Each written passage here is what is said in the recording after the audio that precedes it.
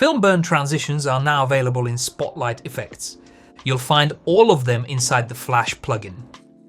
As you can see, there are about 20 film burn transitions to choose from. Some are very subtle, others are more aggressive.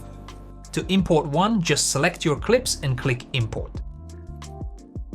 You can also select a single clip, and Spotlight will automatically place the transition at the start of your footage.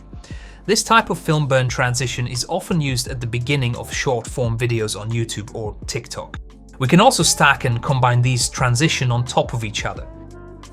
Now, this second film burn overlaps the first one, creating a more complex, flashy transition. We can also import a transition without any selection, and it will automatically stack on top of the others, like a Tetris block. As you can see, you're not limited to a single style or template. You can create advanced animations just by stacking effects on top of each other. Now let's switch to After Effects. The logic is the same. Select your item and click Import.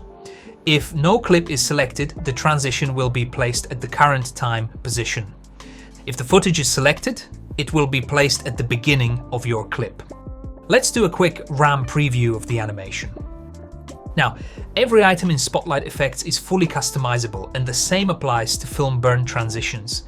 Here you can adjust brightness, contrast, saturation, and more. And to make it more unique, you can flip the transition horizontally or vertically by going to the Transform group and clicking this toggle for the X or Y axis flip. Film burns are now live in the Spotlight Effects for Premiere Pro and After Effects. We can't wait to see what you'll create.